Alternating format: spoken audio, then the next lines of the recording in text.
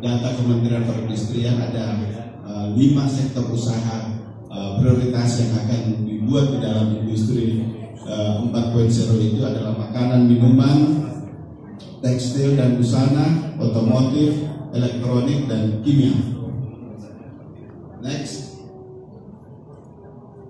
Kemudian kalau kita lihat pengguna internet sekarang, dari populasi jumlah penduduk Indonesia 262 juta, itu 132,7 juta pemakai internet sekarang.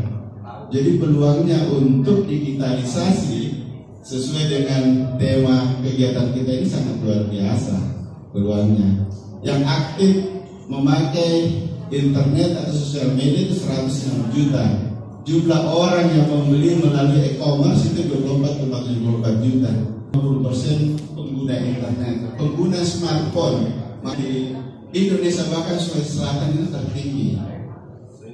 Jadi yang perlu kita sampaikan kepada pengguna smartphone, manfaatkan kita smartphone tak, jangan cuma dipakai Facebook dengan WA atau selfie, tapi bagaimana caranya bisa menghasilkan duit dari situ.